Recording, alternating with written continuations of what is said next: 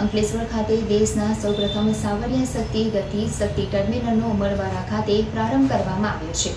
DFCCIL દ્વારા PP ધોરણે Savariya group સાથે સંયુક્ત સાહસ વડે 10 lakh square feet New Ankleshwar junction સ્ટેશનનો પ્રારંભ કરવામાં આવ્યો છે. પ્રથમ ટર્મિનલ વડે સિમેન્ટ ભરી આવેલા ટ્રેનને લીલી ઝંડી આપી શરૂઆત કરાઈ હતી. પાનોલી GIDCને અડીને ઉમરવાડા સંચાલી ગામ અડીને દેશનો સૌપ્રથમ સાવરિયા શક્તિ ગતિ શક્તિ ટર્મિનલનો પ્રારંભ આજરોજ DFCCIL MD પ્રવીણ કુમારના હસ્તે પ્રારંભ કરવામાં આવ્યો હતો. ડેડિકેટેડ ફ્રેટ કોરિડોર પર ચાલુ નાણાકીય વર્ષમાં 5 ટર્મિનલ PP ધોરણે શરૂ કરવામાં આવી રહ્યા છે, જેના ભાગરૂપે દેશના પ્રથમ PP ધોરણે સાવરિયા શક્તિ ગતિ શક્તિ ટર્મિનલની શરૂઆત કરવામાં આવી છે.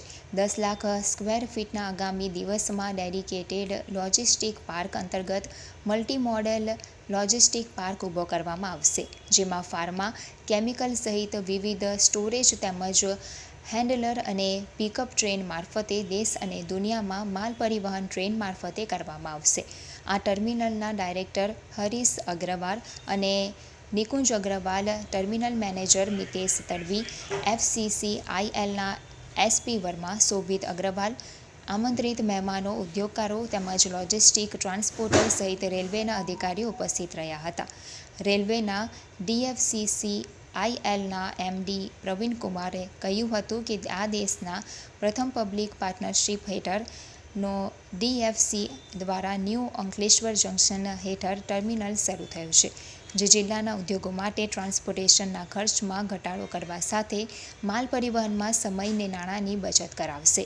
આ રેલવેના સુપર રેલવે હાઈવે પહેલાં મલ્ટી મોડેલ લોજિસ્ટિક પાર્ક પ્રારંભ સાથે દેશની ઇકોનોમીમાં ફાયદારૂપ બનશે.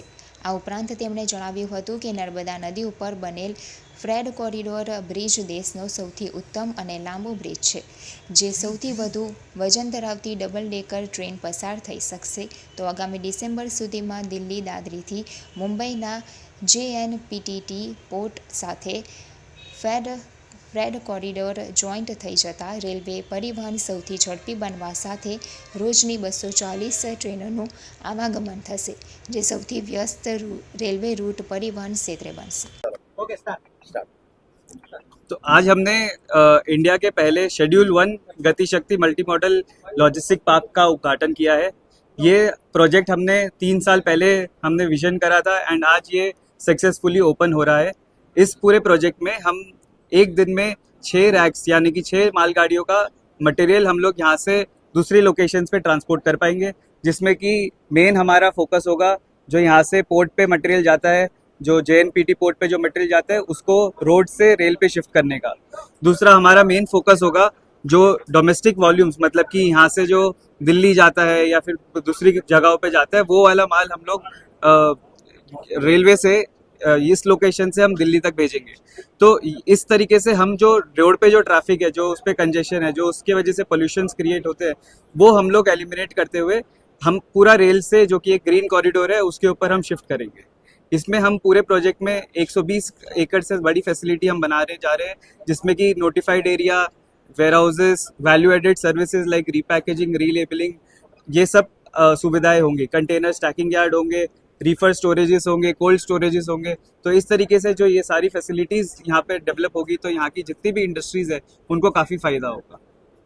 ओपनिंग है, हमारा ओपनिंग है, फर्स्ट क्या नहीं.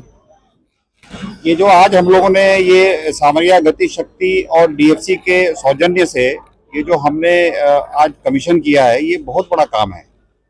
ये जहाँ तक मेरी नॉलेज है, ये देश का प्रथम प्राइवेट पब्लिक पार्टनरशिप का प्रथम मल्टी मॉडल लॉजिस्टिक पार्क है.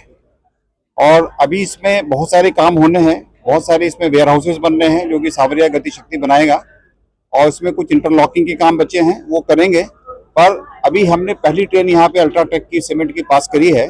This is one of the golden moment for DFC and for the private party, that is सावरिया गति शक्ति. देश की विकास को कितनी फायदा होगा? देश के विकास को तो बहुत फायदा होगा, क्योंकि देखिए जो भी जो ट्रैफिक है, लॉजिस्टिक्स है, लॉजिस्टिक तो प्राइवेट पार्टी का ही होता है, उसको कैसे हम फास्टर मोड से हम ट्रांसपोर्ट कर सकते हैं. ये डेडिकेटेड फ्रेट कॉरिडोर में आपको पता है कि 100 किलोमीटर प्रति घंटा की रफ्तार से गाड़ियां चलती हैं और एवरेज स्पीड हमारी जो है 55-60 के आसपास पहुंचती है. तो कोई भी कार्गो यहाँ पे आएगा तो उसकी एक श्योरिटी है कि गारंटेड टाइम में और बहुत द्रुत गति से अपने डेस्टिनेशन में पहुंचेगा। आप जानते हैं लॉजिस्टिक्स कॉस्ट से कम होगी और जिससे सबका फायदा है।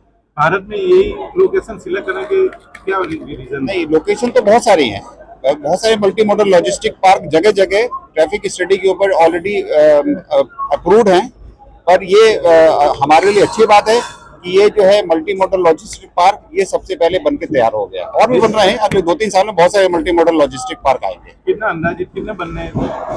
मल्टी मॉडल लॉजिस्टिक पार्क तो वैसे तो पूरे इंडियन रेलवे का, डीएफसी और इंडियन रेलवे को मिला के मुझे लगता है कि 25-30 मल्टी मॉडल लॉजिस्टिक पार्क होंगे पूरे देश भर में, और डीएफसी उसमें कम से कम 5-6 मल्टी मॉडल लॉजिस्टिक पार्क का जो प्लान कर रहा है। डीएफसी का और कोई प्लानिंग है इंडिया में दूसरी जगह पत्र की साथ? अभी जो है अभी फिलहाल कुछ प्रोजेक्ट हमारी जो है मिनिस्ट्री के कंसिडरेशन में है और जैसे वो सैंक्शन होंगे तो हम उसको आगे टेकअप कर सकते हैं। पर अभी हमारा 100 किलोमीटर का जो है बचा हुआ है बॉम्बे के पास में, वो हम लोग कर रहे हैं।